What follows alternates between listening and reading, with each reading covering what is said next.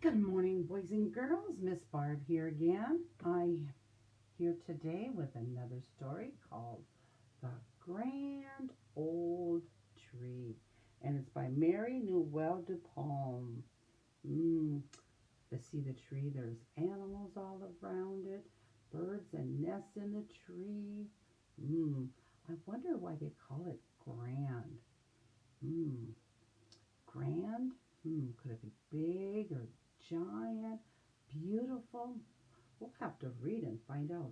Why is that tree grand? First, let's do our vocab. I'm going to look at the words. Let's see. We're going to start with the word grand. Grand, it means big and beautiful, just like the mountains. They're very beautiful, huge, giant mountains. Grand. And then I have the word bask. It's to lay in the sun. He is just laying in the sun, soaking up the sun. To lay in the sun. Bask. Then we're looking at the bottom of the trees. We are looking at these. These are called roots. The roots are part of the tree that's in the dirt. The tree uses the roots to get water and other things that help it to grow. These roots grow very long and far into the ground. In this story, we're going to talk about creatures. Creatures are not just bugs or animals that live in the water. They're all living animals or insects, from lions and squirrels and elephants and mosquitoes and a butterfly. They are all creatures living. If we look at the picture here, the grass is blowing back and forth, back and forth. It swayed. It's to move gently from side to side. On a nice day, you might see the trees just blowing back and forth to sway. And if we look at this, whoa, his tail is up far, his legs, it looks like he's running fast, doesn't it? He scurried across the field to run quickly and quietly. To scurried. He scurried. I wonder where he was going. Okay, let's read our story. A grand old tree. Once there was a grand old tree. Turn this a little bit so we can see.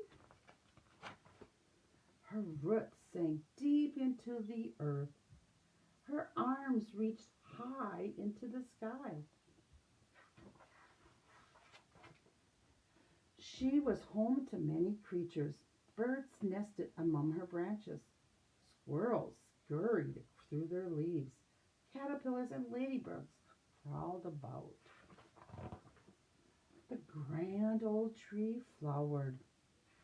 You look outside, you're going to see white trees or light purple trees. They all flowered now. And the trees that sowed seeds. She had many children. They changed their landscape for miles around, perhaps even farther than the old tree knew. The grand old tree lived a long, long time.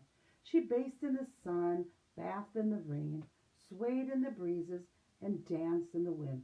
She grew and she shed. The trees do many changes, don't they? Many millions of leaves. At last, the grand old tree was very, very old. Her branches no longer swayed and danced, but cracked and snapped in the wind. Finally, she fell and soon gently covered her. The old tree died. She no longer flowered, bore fruit, or sowed seed. But she was still home to many creatures. Raccoons nested in her trunk. Centipedes crawled along her branches, and lichen grew on her bark. The grand old tree slowly crumbled. She became part of the earth. Today, the roots of her grandchildren sink deep into this earth. Their arms reach high into the sky. They are home to many creatures, just like the grand old tree. That's our story for the day, boys and girls. You have a wonderful day.